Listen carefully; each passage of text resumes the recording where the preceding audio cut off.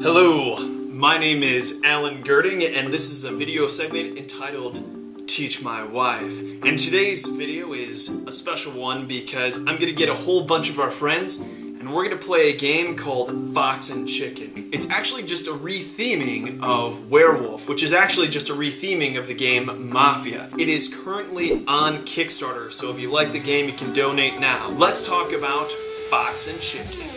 I am a chicken. I am a chicken. Who doesn't know if they're a chicken? I don't want to be eaten. Well, being a chicken, I have chicken senses. I know danger when I smell it. Warren is not a fox, she's a chicken. Still not a chicken. Wait, Still a chicken. Foxes are trying to kill me because they're in danger. Welcome everybody. This is the farm, and the setup for Fox and Chicken is pretty simple. All you have to do is figure out how many players are going to play. Then you get that many character cards and you deal them to each player. The one thing you're going to need in order to play Fox and Chicken is a host. This is a person that runs the game. They're not actually going to get to play themselves. They stand back, answer questions, and conduct the manner of play. Now the tricky thing is choosing which characters you're going to use. Most of the characters are going to be chickens, and a few of the characters are going to be foxes.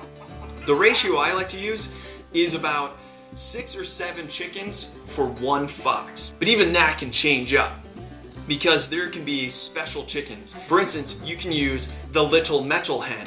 And when you use a little metal hen, it's more powerful than a regular chicken, so therefore that may call for another fox to be added in. In the game you're about to see, I chose 2 foxes, a little metal hen, and a mother hen, and the rest of the players are chickens.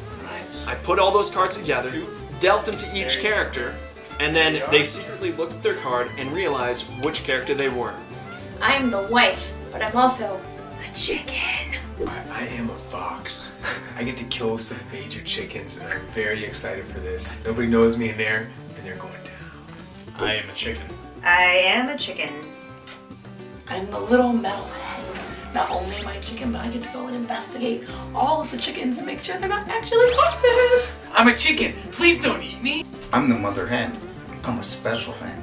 I wake up at night and protect one chicken that can't be eaten by the fox. How cool's that? I'm a fox. So what we're going to do right now is it's going to be nighttime in this chicken coop, and I need all of you chickens or would-be chickens go ahead and fall asleep. Right? I don't think chickens make that noise, but you're asleep. Now the moon rises and the players must all close their eyes. This simulates all the chickens falling asleep in their coop. At that point, the farmer asks, in specific order, specific players to wake up. Typically, in the most basic game, the farmer asks the foxes, go ahead and wake up. Once the foxes wake up, the farmer then asks, choose a player that you would like to devour, to eat this evening.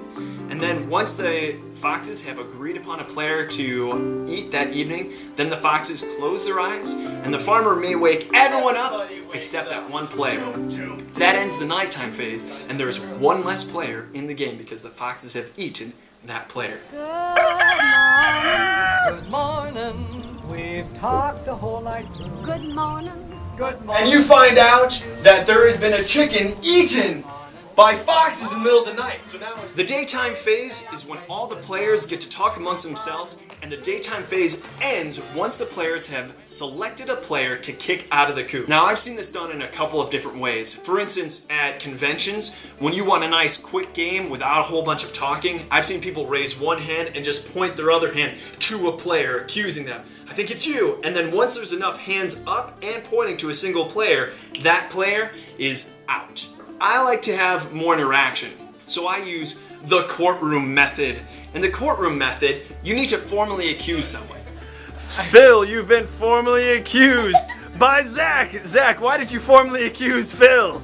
He was gonna accuse me. All right, and why did you second that formal accusation? Someone has to die. Once there's a formal accusation, and then a second, that person is formally accused, and it goes right into bum bum bum, the courtroom phase. And I'll ask the people who formally accused the player, why did you formally accuse this person? Why did you second it? Then they go to the person who has been formally accused and give them the opportunity for a formal defense. This is that player's last chance perhaps, to give the reasons why all the other players shouldn't vote for them to be kicked out of the coop. Once that person is given the formal defense, the farmer counts down from 3. 3, 2, 1, boom! And at that point, everyone votes. Whoever wants that chicken kicked out of the coop raises their hand. Whoever doesn't want that chicken kicked out of the coop, they keep their hand down. And this is how you kick a player out at the end of the daytime phase. There's the quick method and the courtroom method. You're out of the coop! What word? When the heck does this game end?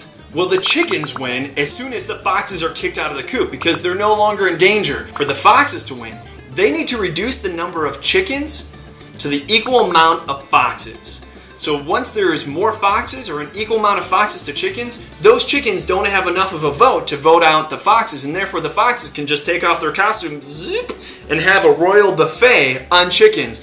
One of the reasons that hit and roll games are so awesome is that you can constantly change the game, giving it infinite replayability. In Fox and Chicken, for instance, you don't just have the foxes or the chickens. There's even more than the little metal hen or the mother hen. And there's the prize chicken, there's the rooster, there's even special foxes like the fox cub or the den mother. And there's so many more characters, and they're being released along with the stretch goals of the Kickstarter currently happening. Check out Fox and Chicken if you haven't already, and thanks so much for watching. I'm Alan Gerding.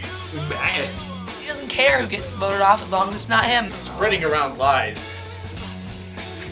So we need to take it back.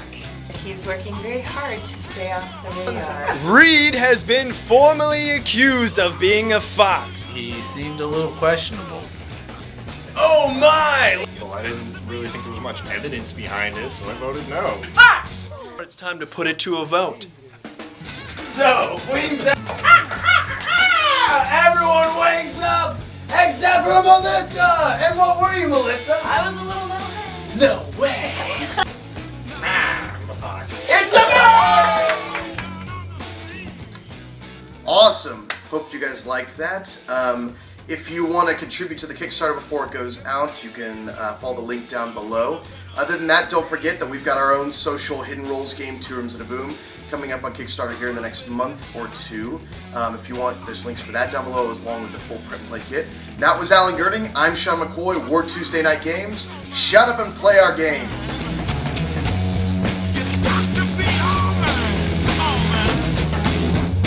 Foxy lady.